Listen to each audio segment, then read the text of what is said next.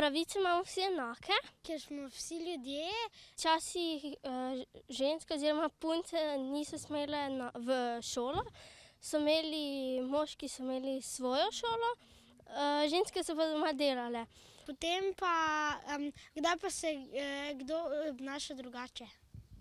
Učitelji se do punc in fantov obnašajo enako, razen da fantje pač večkrat tekajo po razredu ali pa kaj, punce pa smo pač bolj mirne pa kaj rišemo ali pa. Drugače pa se razlikujemo tudi po tem, da fantje imajo pač svoje, kako bi rekla,